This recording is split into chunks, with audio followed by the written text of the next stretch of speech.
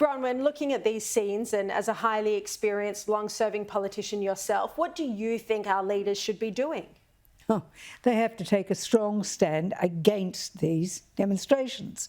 It failed day one with the Opera House, but I listen to people like Premier Minns. He comes out and makes all the right statements and sounds quite reasonable, but nothing happens.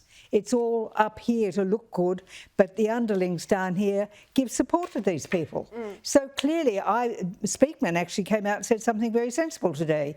Ban Bondi Beach as a place to have these demonstrations. And I absolutely agree with that, together with the Harbour Bridge and the forecourt of the Sydney Opera House. Exactly. It's time we took a stand. Enough is enough. Yeah, every Australian should feel safe and welcome going to the beach, and it shouldn't be abused for protests. James, I want to ask you about that footage of the activist arguing with the school kid. I mean, just, you know, we obviously had to blur his face because he's a minor. That's how young he is.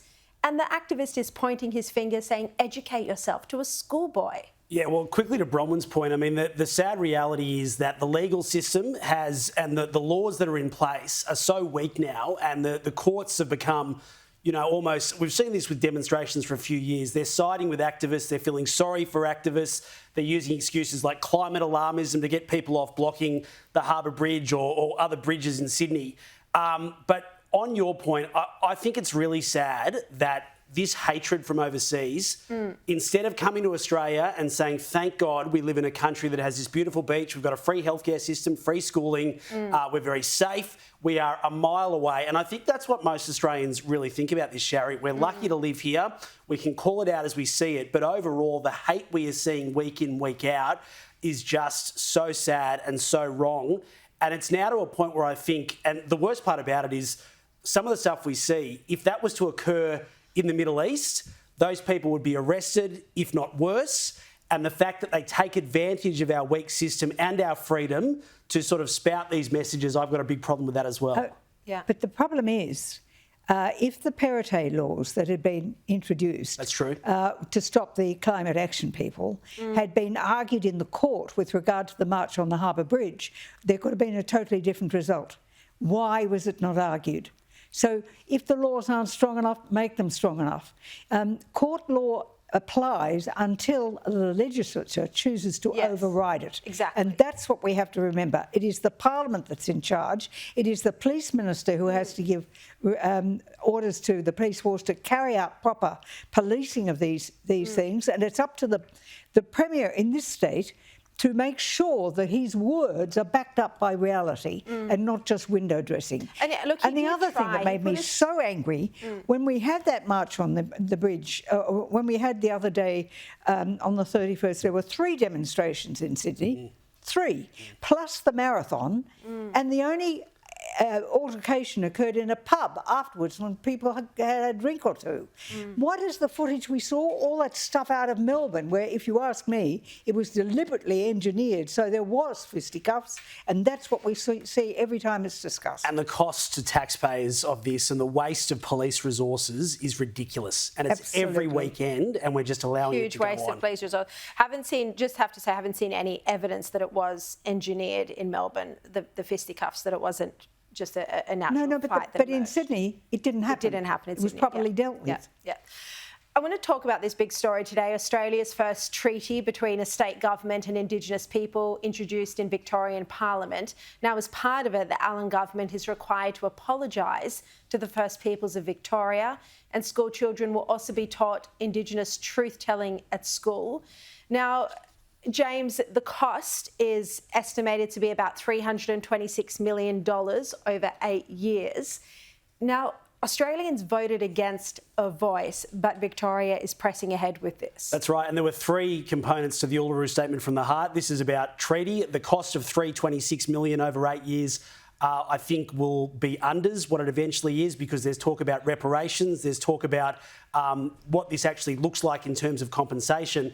I mean, the one thing that sort of concerns me is that this is going to wash through the entire government, from education to schools to the way that we deal with things, to the way that police respond to things. And the concern I've got just from the education thing is the idea that kids that are Caucasian, that are white, that may not be Indigenous, are almost shamed at school or feel regret or, disappointment more than they do now, I might add, if they're being taught some of the most horrific lessons from our history. So there's a concern there, but also there's a blank cheque in regards to just how much compensation will have to be paid. I also want to speak about this infighting in the Liberal Party. We've seen Shadow Attorney General Julian Leeser, many others have come out now to say that Jacinta Nampijinpa Price needs to apologise for her comments 6 days ago. Have a look. My colleague Jacinta Price said something this week that I want to apologise unreservedly for. Julian Leeser apologised on Jacinta Price's behalf, so are you doing that as well? Well, if necessary, sure. She just needs to apologise, clear this up and move on, doesn't she? Yeah, I think so, Chris. She should apologise for the hurt that has been caused. So now this interview was 6 days ago. It was last Wednesday. Bronwyn, this is a gift to the government that this is still a topic of conversation nearly a week on. It's been mishandled from the start. Well, yes, it has, but if Jacinta should apologise, then so should the Labor Party's pollster, because this is where that story began. It was the pollster for the Labor Party who was skiting about the number of people who were of Indian origin who had voted for the Labor Party. Now, I have ringing in my ears always a conversation with Sir Garfield Barwick when I was a very young aspirant. And he said, the one thing you should remember is that Australia should be doing things with India. And Indian people coming to Australia is of great benefit. We share an understanding of the common law. We share English as a language. And he said there is a great future for India and Australia together.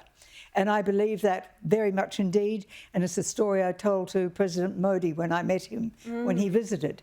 So I find this whole discussion distasteful in the extreme. But it was the Labor Party pollster who began this, and he should be held accountable as well.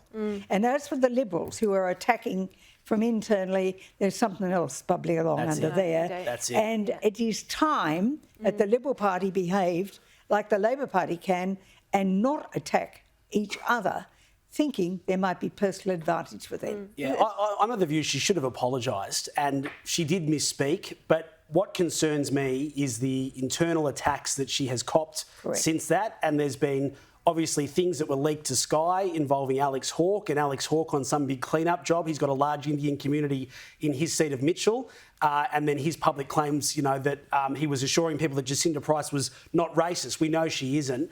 And then since there's been no one this... was suggesting she was. Correct, but there's been this big sort of save face where, you've had Mark Speakman and Susan Lee go to these Indian communities and say, hey, by the way, we're not racist, we really, really like you. And it's given Labor a free kick. And ultimately, we've got a First Nations senator here who is not being supported by some of her own team, and that's not good either.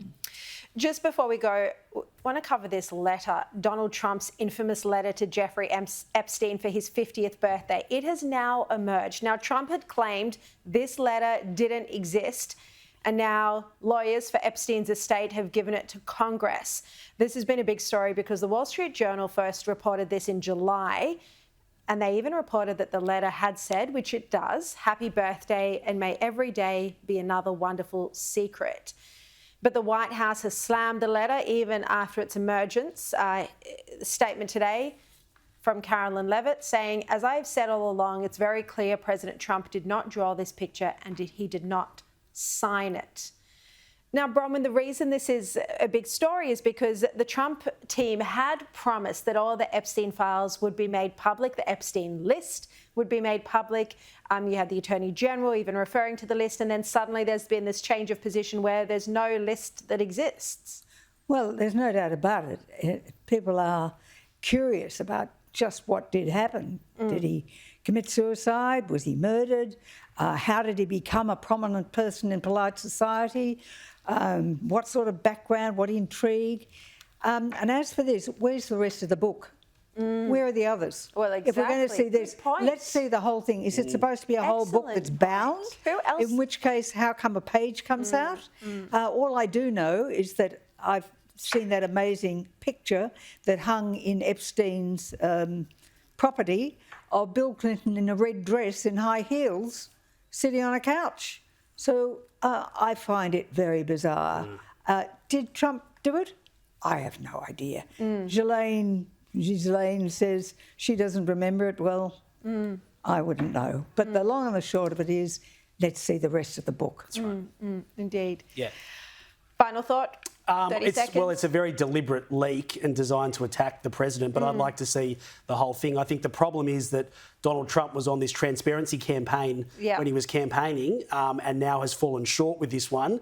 And his most hardcore opponents are wondering why, and it just creates conspiracies that might not even be there. So Not to mention, better to release it all, I reckon. Yeah. Not to mention he was taking legal action against the Journal over this story that has now turned out to be true. True.